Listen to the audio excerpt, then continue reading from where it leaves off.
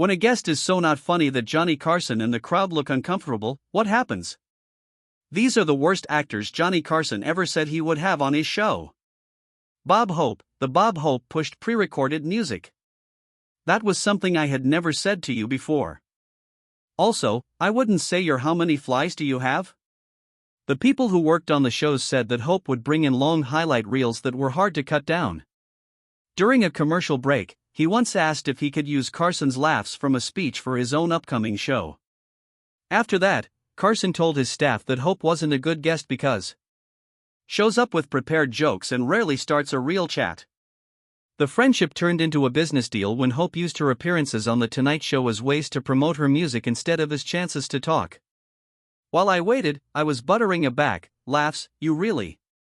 Johnny liked being spontaneous and thinks that a planned method killed the energy. People in the crowd could tell when parts of the show were scripted and when they were really funny. Because Hope was so famous, Carson couldn't say no to bookings, but he secretly feared them. Because they were from different generations, there were times when Hope's old-fashioned style and Carson's more current way of thinking made things awkward. Johnny tried to change the subject of talk to. There was real interaction, but Hope would, music, keep coming back to prepared content. Something funny took place outside.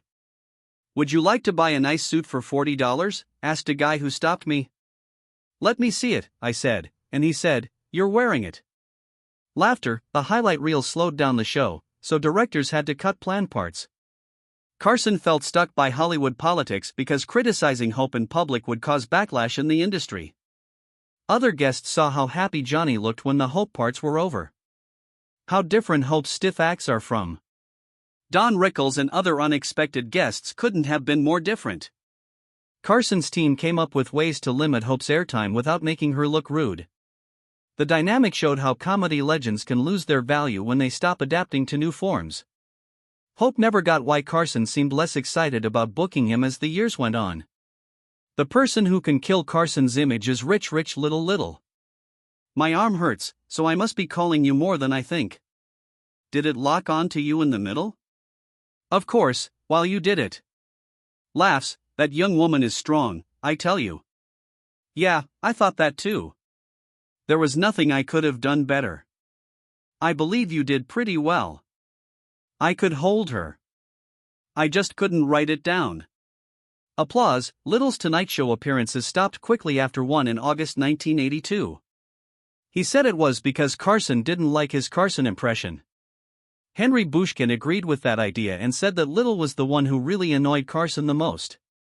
If the big laugh you get from imitating the speaker stops being funny, you go from being funny all the time to not being funny at all in an instant. Little made a living by making a mark on Carson. That being his mark. In our San Clemente home, it was the night before Christmas. No living thing, not even a mouse, was moving. The funny thing is that Little's voice on Carson made him popular. As Johnny got older, though, he got sick of being the joke. The image brought out Carson's habits in ways that were mean, not nice. Little wasn't trying to be mean, but effect is more important than purpose. He didn't like what he saw of himself when he looked at himself through Little's eyes. Johnny felt old when he did the impression, and it stopped being funny after a while. Little stopped getting jobs. Without any reason, which made him feel lost. What Carson thought was that the joke had been used up. It was clear that Little was talented, but his work was getting old. The band wasn't making any public noise and quit inviting people. They always fought me when I tried to run the Tonight Show right. Laughs. Johnny wants to run around acting like a bad version of me. Carson was set in his ways when Little tried to reach out. Johnny was worried about getting older and his public image, which showed in his choice. Little's first thought wasn't Carson was mean, but he couldn't tell the difference between performance and perception. A lot of impressionists learned to stay away from Carson, especially when he was on his own show. Carson showed that it's not enough to be funny. You also had to treat the show and its people with care. Rich Hall, the comic who was never asked to come back. Having fun. Are you having fun? Yes. How do you know? How can you tell if you're having fun? That's, they didn't just make up a good number for fun, did they? Hall's style on The Tonight Show was based on being quiet. Lines that are dry. From jokes and pleasantries to awkward corrections. Carson wanted to have fun with the part, while Sean wanted to teach. The difference in standards ruined any plans to work together in the future. Carson's ego couldn't handle being told he was wrong in public, not even by a famous expert. The talk about Hal's comet should have been interesting, but it turned into a power battle. I chose to talk about something that was important to him. How people turned into people. I thought it would be a good chance to learn something new, and I became completely interested in it. It has something to do with some things I'm interested in. Johnny never forgot the times when he looked stupid on his own show. Carson was caught off guard by the first correction, which caused him to mess up his next setting. Sean's second fix seemed like too much, which confirmed Carson's first anger. People laughed at the changes, but Carson thought they were laughing at him, not with him. Carson was proud of how well he prepared, which made the public apology even worse. Carson wanted to control things to make people laugh, while Sean really wanted to teach. The show got good numbers, but Carson's reputation is hurt. Ego was more important than numbers. After Sean showed up, Johnny's producers noticed that he was acting differently. The fact that Carson chose not to bring Sean back showed that intelligence alone could be deadly. Because of what happened, bookers learned to tell science guests what Carson was expecting. Sean probably never found out why the offers stopped coming, because he was busy with other things. Carson's passive-aggressive style made it hard for guests to understand what they were upset about. William Shatner, the William Shatner who breaks the 3 rules. It only went 3, though. It seems like it's been on forever because it's been shown so many times. Of course, your show has been going on for laughs a long time. In 1983, Shatner broke 3 rules when he went on The Tonight Show. He talked in a monotone for 4 minutes, then turned around to talk to Buddy Hackett and said that his show played on ABC. Carson didn't find that kind of episode as funny or crazy. It looked like they were losing control of the room. It was said that Johnny told the producers, "Shatner made me look like I couldn't host my own show, and I won't let that happen again." The time when he turned his back was especially bad because it meant Carson was not included in his own interview, and the director knows what it might look like, so he tells the actors about it. Sometimes it's even been drawn so that the unknown enemy is at least thought of, so saying ABC by name broke network rules and caused awkward tension. Carson tried to speak during Shatner's 4-minute speech, but he ignored all of them. The episode was used as an example of how not to be a guest on a talk show. Shatner was used to leading chats because he had been in plays, but talk shows need people to work together. People in the crowd could tell Carson was upset as he tried to reroute the runaway segment. It looked like Buddy Hackett didn't like being linked to Shatner's rude behavior. The ABC reference had to be turned down after the auction, giving editors more work to do. You're in front of the crowd with your stuff, and you're pretty sure that it will get a good response. I guess no one expects me to be funny. Additionally, the man had sent in some material, and I told him, "No, that doesn't seem right." He replied, "Well, what about this? They say that when you read the phone book." Carson liked people who knew how the show worked, and Shatner broke every rule. Producers thought the 4 minutes went on forever as they watched Carson fight for control. Shatner didn't seem to notice the chaos he was causing, he was acting like the show was a hit. Carson was too polite to cut Shatner off in the middle of his rambling, but he was fuming inside. The event showed that even well-known stars could mess up the basics of a talk show. Shatner never heard what went wrong, so he didn't understand why he was banned. The segment was added to Carson's training tools to show new bookers what not to do. The team at The Tonight Show came to know the appearance as the worst guest mistake ever. Jay Leno, the comedian from the Jay Leno Wrong Room. Please stay on the line if you can't find the number in your phone book. An operator will help. Today I called the weather. Have you seen the outside? Carson didn't ask Leno back after his 5th show in February 1978 because it got so few laughs. Peter Lasalle, the producer, said that Carson didn't like Leno's jokes and that wouldn't change. Johnny told his managers that Leno's show isn't always bad comedy. It doesn't seem to fit my room. The irony is that Leno would finally take over for Carson as host of The Tonight Show years later. Carson had very specific tastes, and Leno's way of observing things didn't fit with them. Leno's blue eyes dart around like ferrets in a box. Laughter, the ban lasted for years, but Carson finally changed his mind. Leno's persistence and ties in the business world got him another chance in the end. Leno was very hurt by the first rejection because getting approved for The Tonight Show at that time was very important for comedy. Carson liked comedies that were more about play and timing. Leno liked making observations that people could relate to, but the audience's lackluster response confirmed Johnny's suspicions that the match wasn't going to work. Leno was funny in comedy clubs, but he couldn't bring that energy to Carson's show.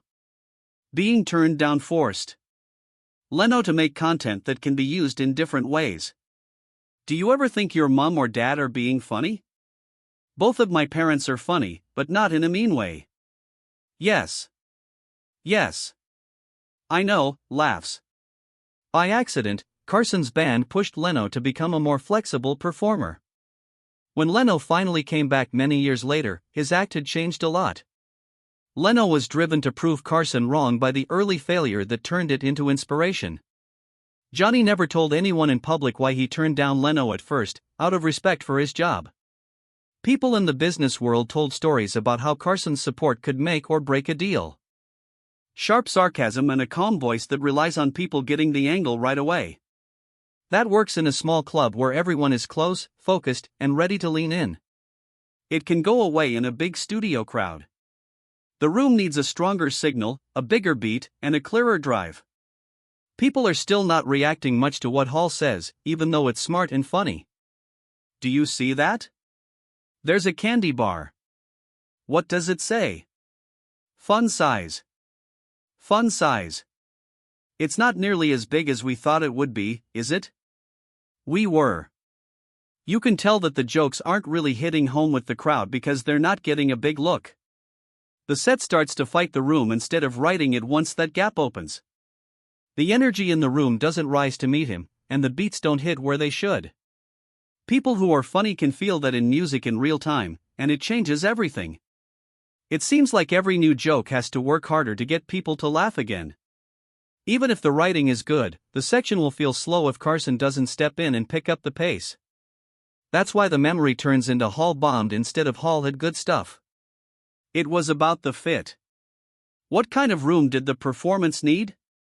What kind of performance did that room need? Jerry Lewis is known as the violent perfectionist Jerry Lewis.